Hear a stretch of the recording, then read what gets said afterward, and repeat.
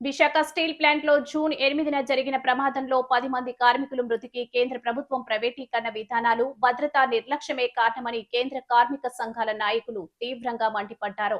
ఈ నిర్లక్ష్యంపై తమ పోరాటం కొనసాగుతుందని స్పష్టం చేశారు. స్థానిక శ్యామల సెంటర్లో కేంద్ర కార్మిక సంఘాల ఐక్యవేదిక ఆధ్వర్యంలో ధర్నా నిర్వహించారు. ఈ కార్యక్రమానికి సిఐటియు నాయకుడు టి అరుణ్, ఐఏటియుసి నాయకుడు T Madhu, CPI ML, new democracy నాయకులు కె జోజీ తదితరులు హాజరయ్యారు.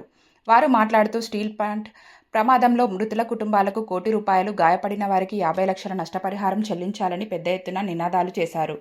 న్యాయ విచారణ చేసి బాధ్యులపై చర్యలు చేపట్టాలని, కార్మికులు, ఉద్యోగుల భద్రతకు చర్యలు చేపట్టాలని డిమాండ్ చేశారు.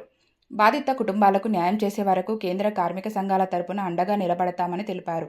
ఈ కార్యక్రమంలో కార్మిక సంఘాల నాయకులు కూండ్రపు రాంబాబు, వంగమర్రి కొండలరావు, బి పవన్, కర్రి రామకృష్ణ, ఏవి రమణ, పూర్ణిమారాజ్, నల్లా రామారావు, లావణ్య తదితరులు పాల్గొన్నారు. బీజేపీకి రెండే సిద్ధాంతాలు. దేశంలో మతం పేరుతో చీలికలు తేవాలి, బడా కార్పొరేట్ వ్యక్తులకి దేశాన్ని దాసోహం చేయాలి. ఈ భారతదేశంలో ముఖ్యంగా సంఘటిత అసంఘటిత రంగం పెద్ద ఎత్తున ఉంది.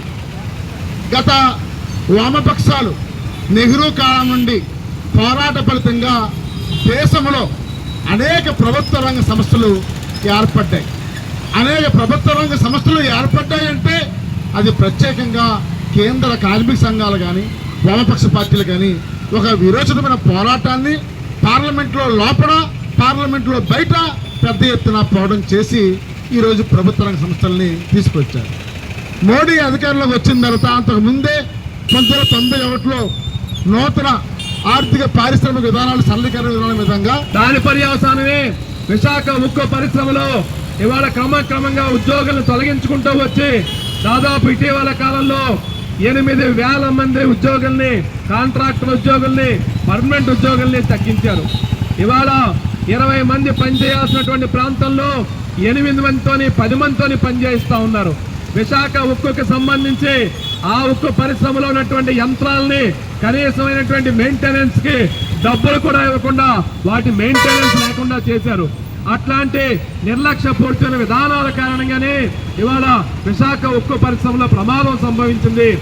ఆ ప్రమాదానికి ముందే కార్మిక సంఘాలు యాజమాన్యానికి అనేక ఉత్తరాలు రాసి పలానా ప్రాంతాల్లో ప్రమాదాలు సంభవించే అవకాశం ఉంది, తక్షణమే వాటికి నిధులు కేటాయించండి, చర్యలు తీసుకోండి అని చెప్పినా కూడా ఇవాళ యాజమాన్యం నిర్లక్ష్యంగా వ్యవహరించింది. ఆ కారణంగానే ఇవాళ పరిశ్రమ కోసం తమ